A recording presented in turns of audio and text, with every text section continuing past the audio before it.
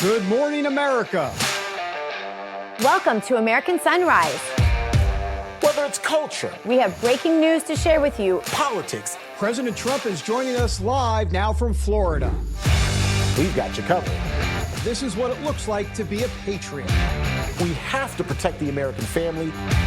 The American dream is still alive. I'm David Brody. I'm Terrence. And I'm Dr. Gina.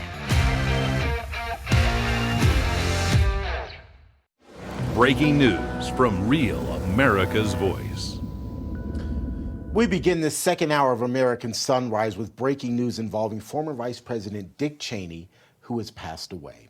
Cheney was one of the main architects of the war on terror after September 11th, the terror attacks of that day. He served at multiple levels of government, from Chief of Staff to President Ford to Secretary of Defense to Congress, all the way up to Vice President for President George W. Bush. Cheney suffered several heart attacks and had a heart transplant back in 2012. A statement from his family says his beloved wife of 61 years, Lynn, his daughters Liz and Mary, and other family members were with him as he passed. The 84-year-old died due to complications of pneumonia and cardiac and vascular disease. Let's bring in Dr. Gina in West Palm Beach, David Brody in Washington, D.C. Dr. Gina, your immediate reaction. Obviously, we were discussing this early this morning after the news broke. Now that you've had a couple of hours to take it all in, your thoughts? Yeah, well, of course, our sympathies to his family. But I don't think that most of us who saw the last 10 years would react to this news the same way we might have 10 years before. Certainly, we've become a lot more educated on the military-industrial complex in this country and other things, which we will discuss in the coming days. This isn't the day for that, in my opinion. It's grandma's rules today. If you don't have something nice to say, just don't say anything. But I don't think you can deny that he did redefine the office of the vice presidency. He was a pit bull for W, and it was back in a day. We may not want to remember it, but I was one of them saying, get those terrorists. That's right. And we look back and we're smarter. Thank God now we know more. We're more critical, I think, David Brody, critical thinkers of our body politic than we were back then. Thank you, Donald Trump. And thank you, Tea Party, and thank you, Andrew Breitbart and others. But that was a different day. Yeah, it's a complicated obit. It is. That's the truth. I mean, there's PT and AT, pre-Trump and after Trump, two different obits. And if you put me back to circa 2004, I'm rah, rah, rah, go Cheney, go. Yeah. And the whole waterboarding stuff and the enhanced interrogation techniques and all that. Come on, let's be honest, MAGA boomers. We were all for that. We were all for that. And how times have changed, right? And we'll talk about the legacy going forward. But and when I say T-Bate's a complicated legacy, let me just say one last thing. Remember, he was vilified by liberals back in the day. And he came around in 2024 and voted for Kamala Harris. So that's called a complicated, that's called a complicated obit. That's a complicated obit. No, absolutely. To be sure. All right, folks. Well, look, we want you to join the RAV Ambassadors Club. This is a lot of fun. It's your opportunity to interact with our host. In fact, we've got a little preview of what you can expect. Look for David and me with that person in the middle, though. What if watching Real America's Voice was just the beginning? Introducing RAV Ambassadors, the new grassroots platform that turns viewers into leaders, connecting directly with hosts like Steve Bannon, Dr. Gina, and more. Together, we're turning belief into action. Inside the RAV Ambassadors Hub, you'll get exclusive updates, challenges, and behind-the-scenes missions straight from the people shaping the fight for faith and freedom. Every action you take, every share, post, and mission earns you points, badges, and ranks. Compete with patriots nationwide. Unlock rewards, exclusive gear, even chances to appear on air or attend live RAV events. But this isn't just about watching, it's about doing. Joining campaigns, volunteering locally, standing for truth. Together, we're not just a network, we're a movement. One voice at a time. Scan the QR code or go to ravambassadors.com to join now. Because America's voice is your voice. Make sure to scan that QR code and join us. All right, the big story of the day, voters heading to the polls right now in New York City, where former Governor Andrew Cuomo has been trailing Democratic Socialist Zoran Mamdani. Mamdani is the clear frontrunner to become the city's next mayor, though.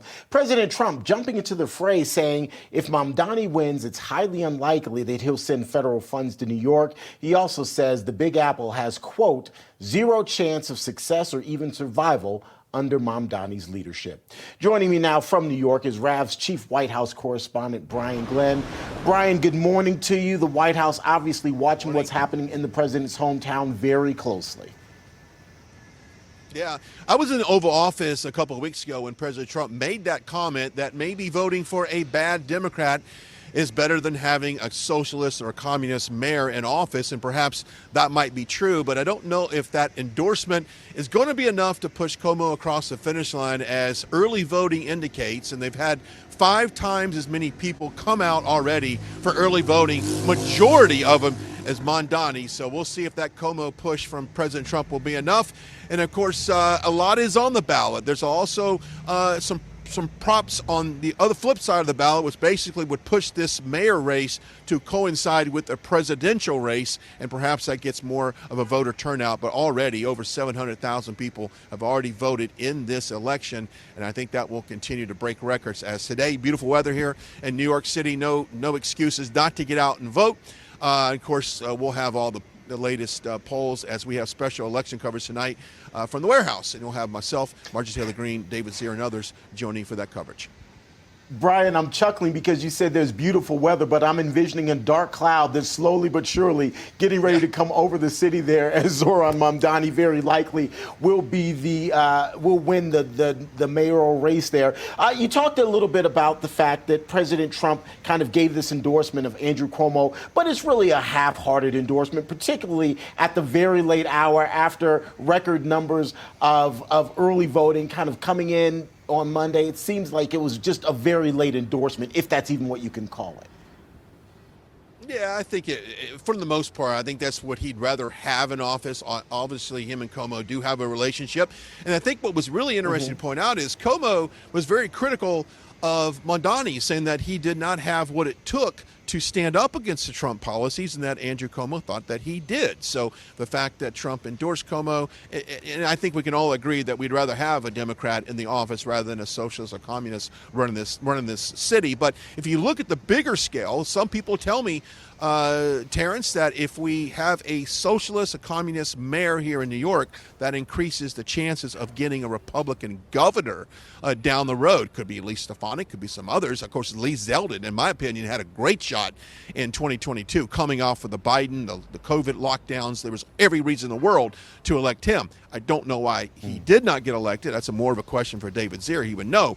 But I think if we do have a communist mayor in this city, you're going to see the reaction from that go statewide, and you might be able to have a Republican governor come the next election. Hey, Brian, since you're there in the tri-state area, New York, New Jersey specifically, let's talk about the New Jersey gubernatorial race. I would imagine the White House also watching that very closely, as there's a good opportunity that a Republican could be leading the state of New Jersey. It could. And last night, President Trump in the Oval Office had a tele-rally for both New Jersey and Virginia to kind of push voters across the line. And what's interesting to point out is some say that this election today is a mandate on President Trump. This is a mandate against his policies, and I'd beg to differ the exact opposite, as Kamala Harris won New Jersey, Kamala Harris won Virginia, and of course we have a Democrat mayor now. So I don't think, if anything turns out, it could be a major upset on those races if Republicans would to win New Jersey, which is a very good chance, and also in Virginia as well. So Virginia, yeah. It's going to be interesting to see the media say this is a mandate against Trump's policies. It's not. They already have Democrats in the positions already. It's just time to maybe flip those tables. May even turn around to be a referendum for President Trump after a Democrat or a Republican, wins potentially Virginia as well as New Jersey. Brian, always good to talk to you, my friend. Don't eat too much pizza. Go to Chicago. It's the better pizza anyway. Good to talk to you, my friend. Gotcha. Will do. All right. All right, folks, let's get a quick check of our forecast now. Meteorologist Tracy Anthony standing by in our West Palm studios with more on what you can expect. So, Tracy, this is the time of the day. It's one of my favorite times because you give folks a hometown forecast. What do you have for us today? We've got a couple of hot spots, and then I've got to look at the weekend as well. So let's dive right into some of those hometown forecasts. Most of us across the Central Plains, relatively calm and quiet. Areas like Boulder, Colorado. This town sent in from Joe Schmo. I remember this name from yesterday. 76 degrees will be your daytime high. A mix of sun and clouds. Really a nice week here, but look, we've got some 20s in the forecast for over the weekend, so it's going to be a little chilly. Warwick, Rhode Island, this is from Diane on Getter. 55 degrees today, pretty calm. We're going to have some strong gusty winds though, so wind advisories in place.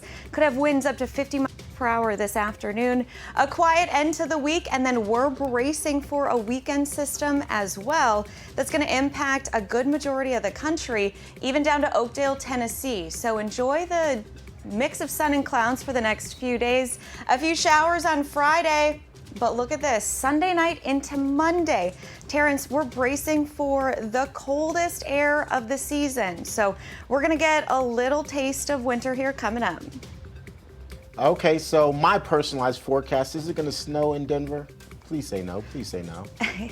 I don't think so as of yet. You got about a week. All right, I'll take that. About a week. Oh, okay. All right, let me tune up the snowblower. Tracy, always good to talk to you. Appreciate it. Yep.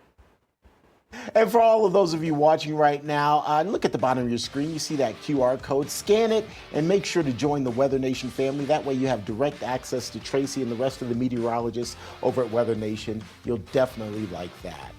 All right, coming up, we'll have much more about today's elections, of course, all the analysis that you can stand. Plus, it's another round of late-night wars as President Trump takes aim at talk show liberal and SNL alum Seth Meyers, calling the not-so-funny comedian a deranged lunatic. The details coming up here on American Sunrise.